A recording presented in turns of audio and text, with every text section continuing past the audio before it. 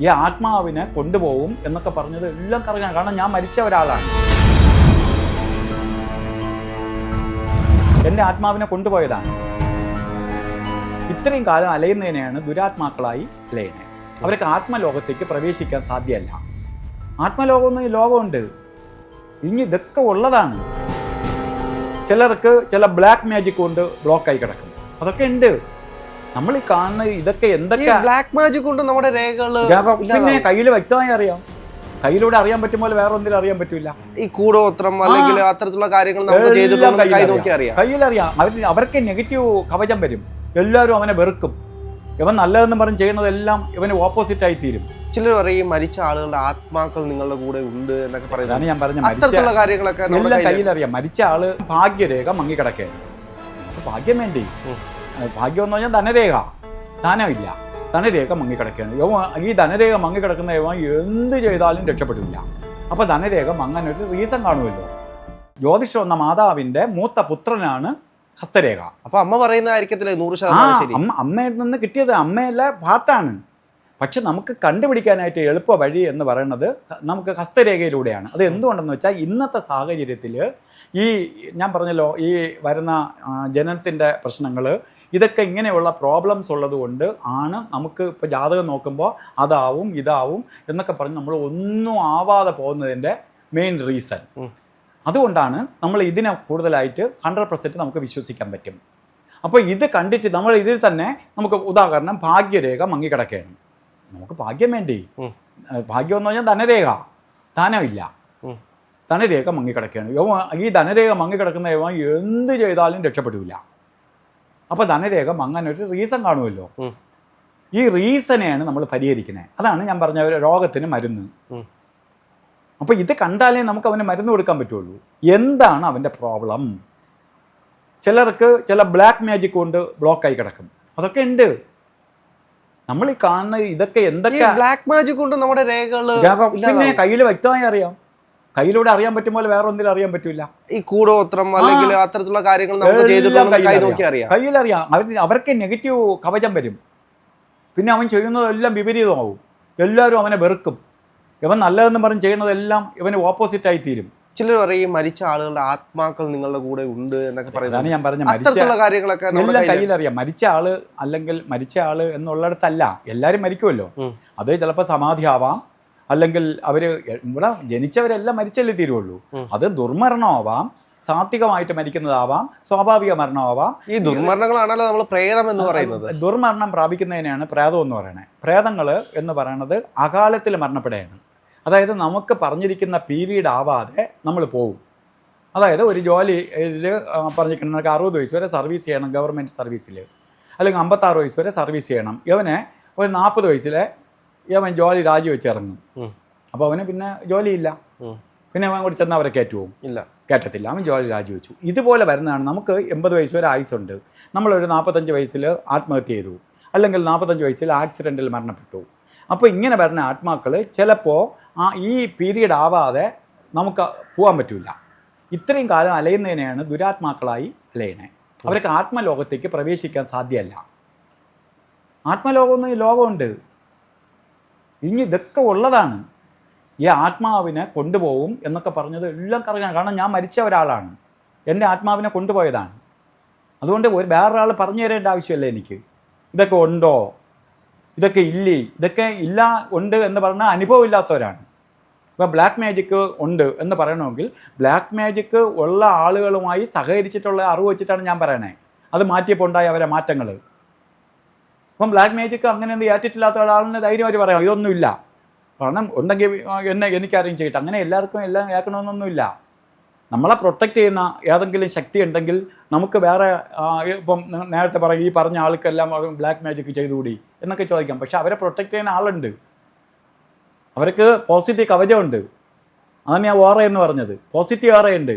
ഈ നെഗറ്റീവ് ഓറ ഉള്ളവന്, ഒരു അസുഖമുള്ളവൻ, എന്തുകൊണ്ടാണ് നമ്മൾ ഹോസ്പിറ്റലിൽ ICU കിടക്കുന്ന സമയത്ത് ഒരാളിനെ അതിനകത്തേക്ക് ആളുകളെ കയറ്റി വിസിറ്റേഴ്സിനെ കയറ്റാത്തത്? എന്തുകൊണ്ടാണ്?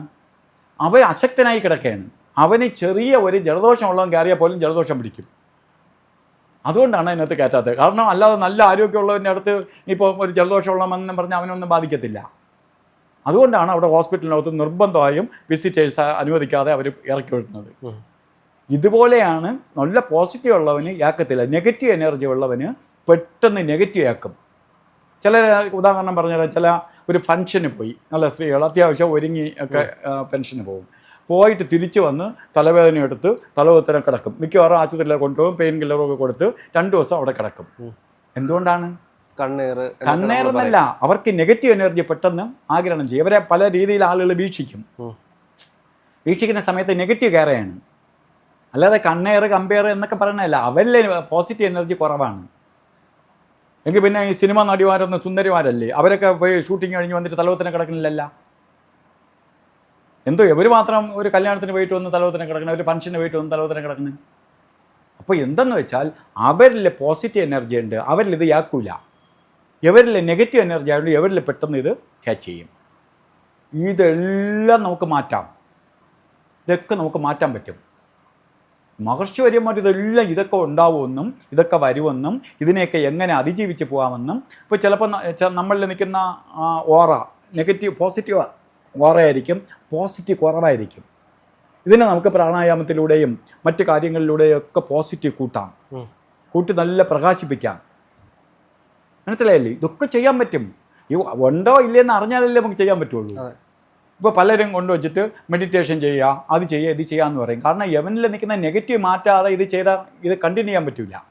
ഈ ചില സ്ഥലങ്ങളിൽ പോകുമ്പോൾ നമുക്ക് അസ്വസ്ഥത അനുഭവപ്പെടുന്നത് അല്ലെങ്കിൽ നെഗറ്റീവ് അനുഭവപ്പെടുന്നത് അത് നമ്മുടെ ബോഡിയിലെ പോസിറ്റീവ് കുറയുന്നത് കൊണ്ടാണോ? ഇല്ല, അതോ ആ സ്ഥലത്തിന്? ഇല്ലല്ല, ആ സ്ഥലത്ത് നെഗറ്റീവ് കൂടുതലായിരിക്കും. ഈ നെഗറ്റീവിനെ ഓവർകം ചെയ്യാനുള്ള പോസിറ്റീവ് നമ്മളെ കയ്യിൽ കുറവായിരിക്കും. ക്ഷേത്രങ്ങളിലായിരിക്കാം. എവിടെ ക്ഷേത്രം എന്നുള്ളിടത്തല്ല. നെഗറ്റീവ് എനർജി നമ്മൾ ഉള്ള സ്ഥലത്തേക്ക് പോകുമ്പോൾ നമ്മളെ പോസിറ്റീവ് നമ്മൾക്ക് പോസിറ്റീവ് കുറവാണെങ്കിൽ ഈ നെഗറ്റീവ് പെട്ടെന്ന് നമ്മളെ ആക്രമിക്കുമ്പോൾ നമ്മൾ ടയേർഡാവും. നമുക്ക് പെട്ടെന്ന് ഇറങ്ങിപ്പോയാൽ മതി, അവിടെ നിന്ന് പെട്ടെന്ന് എങ്ങനെയെങ്കിലും പോയാൽ മതി എന്നൊരു തോന്നൽ വരും. നമ്മളെ ഏകാഗ്രത നഷ്ടപ്പെടും. അതുപോലെ നെഗറ്റീവ് എനർജി ഉള്ളവർ, നമുക്ക് ഉദാഹരണം ഞാൻ പറഞ്ഞുതരാം. നമുക്ക് നെഗറ്റീവ് എനർജി ഉണ്ടോ എന്നങ്ങനെ അറിയാം. നമുക്ക് നെഗറ്റീവ് എനർജി ഉള്ള നമ്മൾ പോസിറ്റീവ് എനർജി ഉള്ള സ്ഥലത്തേക്ക് കയറുകയാണ്. ഉദാഹരണം, ഒരു ക്ഷേത്രത്തിലേക്ക് കയറുകയാണ്.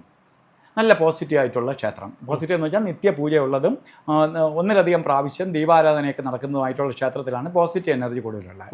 എത്രത്തോളം പൂജ കൂടുതൽ നടക്കുന്നുവോ അവിടെ പോസിറ്റീവ് എനർജി കൂടുതലായിരിക്കും. അതുകൊണ്ടാണ് ഗുരുവായൂർ, ശബരിമല, പത്മനാഭസ്വാമി ക്ഷേത്രം, ആറ്റുകാൽ, ഇതൊക്കെ ക്ഷേത്രങ്ങൾക്ക് ശക്തി കൂടുതൽ. കാരണം ഇവിടെ ഒരുപാട് പൂജ, ഒരുപാട് ദീപാരാധന നടക്കും. അപ്പോൾ അവിടെ വിഗ്രഹത്തിൽ ശക്തി കൂടുതലാണ്. ഇതിനകത്തേക്ക് കയറുമ്പോൾ യവൻ അതിനകത്ത് നിൽക്കാൻ പറ്റില്ല, യവൻ അവിടെ ഏകാഗ്രമായിട്ട് പ്രാർത്ഥിക്കാൻ പറ്റില്ല. ഇദ്ദേഹത്തിന് എങ്ങനെയെങ്കിലും വെളിയിൽ ഇറങ്ങിപ്പോയാൽ മതി. കാരണം യവനിൽ നിൽക്കുന്ന നെഗറ്റീവ് ഓറ ഇവനെ വലിച്ചുകൊണ്ടേ പുറത്തേക്ക് പോകും. മറ്റവരെന്ന് പറഞ്ഞാൽ ഈ അമ്പലത്തിൽ നിന്ന് ഇറങ്ങാൻ തോന്നില്ല. ഒന്നുകൂടി ഒരിക്കൽ തൊഴുതിട്ട് പിന്നെയും പോയി തൊഴാൻ വേണ്ടി ക്യൂവിൽ നിൽക്കും ചില ആളുകൾ. ശ്രദ്ധിച്ചിട്ടില്ലേ? കാരണം അവർക്ക് വരാൻ തോന്നില്ല. അവർക്ക് പോസിറ്റീവ് ഉണ്ട്, അവർ പോസിറ്റീവ് എടുക്കുകയാണ്, അവർ പോസിറ്റീവ് സ്വീകരിക്കും. അപ്പോൾ അവർ അമ്പലത്തിൽ പോയിട്ട് വരുമ്പോൾ അവർക്ക് ഭയങ്കര ആശ്വാസം, ഭയങ്കര സന്തോഷം, നല്ല സമാധാനം, കുറച്ചുകൂടി കഴിഞ്ഞു പോവാം, കുറച്ചുകൂടി ഇവിടെ ഇരിക്കാം എന്നും അവർക്കൊരു തോന്നൽ വരും. കാരണം അവർക്ക് പോസിറ്റീവ് ഉണ്ടായിരുന്നു. അവിടുന്ന് ഇവിടുത്തെ പോസിറ്റീവ് വലിച്ചെടുക്കുകയാണ് ചെയ്യണം ബോഡിയിലേക്ക്. ഈ എനർജി സേവ് ചെയ്യാണ്. മറ്റേത് എനർജി സേവ് ചെയ്ത് ചാർജ് നിൽക്കില്ല, ചാർജ് കയറിയില്ല, ചാർജ് നിൽക്കത്തുമില്ല. അപ്പോൾ ഇതെല്ലാം ഉണ്ട്. ഈ സംഭവിക്കുന്നതിന് എല്ലാം കാരണമുണ്ട്. നമുക്ക് മനുഷ്യന്മാരുടെ മാത്രം ഫ്യൂച്ചറാണോ പ്രെഡിക്റ്റ് ചെയ്യാൻ കഴിയുന്നത്? അതോ ഈ ജീവിജാലങ്ങൾ, ഇപ്പോൾ ഒരുപാട് ജീവികളുണ്ട് നമ്മുടെ അടുത്തിപ്പോൾ, എല്ലാത്തിനും ഒരു പാറ്റേൺ ഉണ്ട്. ഇപ്പോൾ നമുക്ക് കയ്യിൽ രേഖകളുള്ളത് പോലെ ഇപ്പോൾ ഒരു മരത്തിന് വരെ രേഖകളുണ്ട്. ഈ മരങ്ങളുടെ അല്ലെങ്കിൽ ജീവികളുടെ ഫ്യൂച്ചർ നമുക്ക് കണ്ടെത്താൻ നമ്മളെ ആചാര്യന്മാർ ഈ സർവ്വ ജീവജാലങ്ങൾക്കും ലൈഫുണ്ട്. നമ്മൾ ആദ്യം മനസ്സിലാക്കേണ്ടത് എല്ലാ ജീവിക്കും ലൈഫുണ്ട്. ജീവിതം എന്ന് പറഞ്ഞ എല്ലാ ജീവിക്കും ഉണ്ട്. അത് പക്ഷിക്കുമുണ്ട്, വൃക്ഷത്തിനുമുണ്ട്, ജലജീവിക്കുമുണ്ട്, കരജീവിക്കുമുണ്ട്, മൃഗം, എല്ലാത്തിനും ഉണ്ട്. അപ്പോൾ എല്ലാത്തിനും ലൈഫ് എന്ന് പറഞ്ഞ സാധനമുണ്ട്. അപ്പോൾ എല്ലാവർക്കും ലൈഫുണ്ട്. പിന്നെ അതായത് നമ്മളെ മഹർഷിവര്യന്മാർ ഈ ജീവജാലങ്ങളെക്കുറിച്ച്, ഈ മഹർഷിവര്യന്മാർക്കെല്ലാം ഒരു പക്ഷി ചിലച്ചാൽ എന്തിനാണ് ചിലക്കണമെന്നറിയാം, അതെന്താണ് സംസാരിച്ചെന്നറിയാം. മനസ്സിലായില്ലേ? വൃക്ഷങ്ങൾക്ക് പരസ്പരം കമ്മ്യൂണിക്കേറ്റ് ചെയ്യാൻ അറിയാം. പക്ഷികൾക്കും വൃക്ഷങ്ങൾക്കും എല്ലാ ജീവജാലങ്ങൾക്കും പരസ്പരം കമ്മ്യൂണിക്കേഷൻ ഉണ്ട്. അപ്പോൾ അവർക്കെല്ലാം ലൈഫുണ്ട്, അവരെല്ലാം ഇതുണ്ട്. പക്ഷെ മനുഷ്യൻ എന്ത് ചെയ്തു എന്ന് വെച്ചാൽ മനുഷ്യൻ എല്ലാത്തിനും അധിപനായിക്കൊണ്ട് മനുഷ്യന് വേണ്ടിയിട്ട് ഇതൊക്കെ എഴുതി വെച്ചു. മനുഷ്യന് വേണ്ടി എഴുതി വെച്ചതാണ്. ഉദാഹരണം, നമ്മൾ ആയുധങ്ങൾ കണ്ടുപിടിച്ചു. നമ്മൾ ആയുധങ്ങൾ കണ്ടുപിടിച്ച എന്തിനാണ്? മറ്റ് ജീവികളിൽ നിന്ന് രക്ഷ നേടാൻ വേണ്ടി. തടിയിലുള്ള മൂർച്ചയുള്ള ആയുധമാവട്ടെ, അത് കഴിഞ്ഞിട്ട് ലോകങ്ങൾ വന്നപ്പോൾ ആയുധങ്ങളാവട്ടെ, മറ്റു മൃഗങ്ങൾ, മറ്റു ജീവജാലങ്ങളിൽ നിന്ന് ആക്രമിക്കാതിരിക്കാൻ വേണ്ടിയിട്ടാണ്. ഇന്ന് ആയുധം കണ്ടുപിടിക്കുന്ന ആർക്ക് വേണ്ടിയാണ്? മനുഷ്യൻ പരസ്പരം ഉപയോഗിക്കാൻ വേണ്ടിയിട്ടാണ്. ഈ രാജ്യത്ത് ഇന്നത്തെ അപ്പുറത്ത് ബോംബിടാനും, അല്ലാതെ എവിടെയെങ്കിലും മൃഗങ്ങൾക്ക് 2 ആനയെ കൊല്ലാനോ 2 സിംഹത്തിനെ കൊല്ലാനോ 2 പുലിയെ കൊല്ലാനോ അല്ല. അപ്പോൾ ഇന്ന് മനുഷ്യ സഹജമായിട്ട് കലിയുഗത്തിൽ വേണ്ടി വന്നത് മനുഷ്യന് മാത്രം മുൻതൂക്കം കൊടുത്തുകൊണ്ട് ശത്രു മനുഷ്യനായി, മറ്റ് ജീവജാലങ്ങൾ ശത്രുക്കളല്ല. അതുകൊണ്ട് നമ്മൾ മനുഷ്യന് കൂടുതൽ പ്രാധാന്യം കൊടുത്തുകൊണ്ടാണ് ഇപ്പോൾ മഹർഷി വര്യന്മാർ ഈ ശാസ്ത്രങ്ങൾ എഴുതി വെച്ചിട്ട് പോയത്. മനുഷ്യൻ്റെ ജാതകം, മനുഷ്യൻ്റെ ആയുസ്, മനുഷ്യൻ്റെ 120 വയസ്സ് വെച്ചിട്ടാണ് ജ്യോതിഷം തയ്യാറാക്കി വെച്ചത്. കലിയുഗത്തിൽ മനുഷ്യർക്ക് 120 വയസ്സാണ്.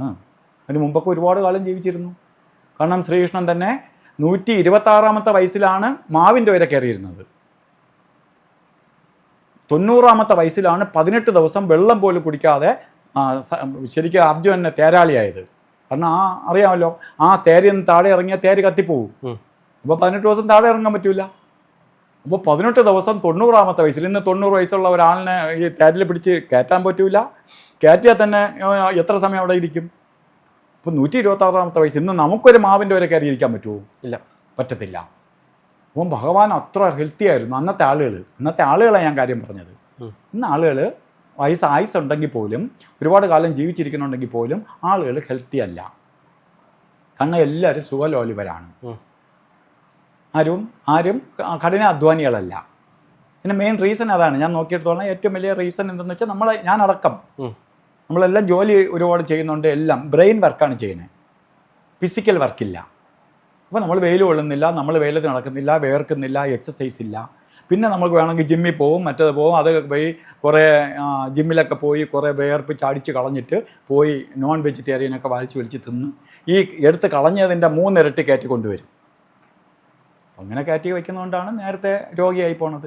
അല്ലാതെ ജിമ്മിൽ പോകാത്തതുകൊണ്ടോ അല്ലാതെ എക്സസൈസ് ചെയ്യാത്തതുകൊണ്ടോ അല്ല. നമ്മളെ ആവശ്യമില്ലാത്ത സാധനങ്ങൾ നമ്മൾ കയറ്റിക്കും. പണ്ടെങ്കിലും വലിയ അധ്വാനികളായിരുന്നു.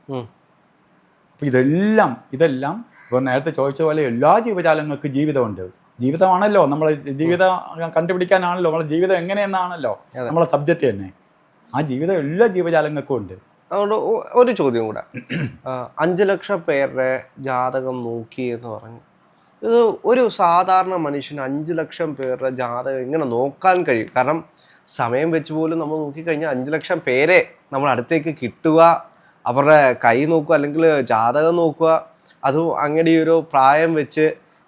ഇപ്പോൾ അങ്ങയുടെ ഒരു നോക്കുമ്പോൾ ഒരു 10-45 അല്ലെങ്കിൽ ആ ഒരു വയസ്സേ നമുക്ക് തോന്നിക്കത്തുള്ളൂ. അപ്പോൾ ഈ വയസ്സിനുള്ളിൽ ഏകദേശം നമുക്കറിയാം ഏകദേശം ഒരു പ്രായമായി കഴിയുമ്പോഴായിരിക്കും ജാതകമാണെങ്കിലും അസ്ട്രോളജി ആണെങ്കിലും ഒരാൾ നോക്കാൻ തുടങ്ങുന്നത്, പ്രാക്ടീസ് ചെയ്തതിന് ശേഷം. അപ്പോൾ ആ സമയം കൊണ്ട് 5 ലക്ഷം പേരുടെ ജാതകം നോക്കുക എന്ന് പറയുന്നൊരു ടാസ്ക് അല്ലേ?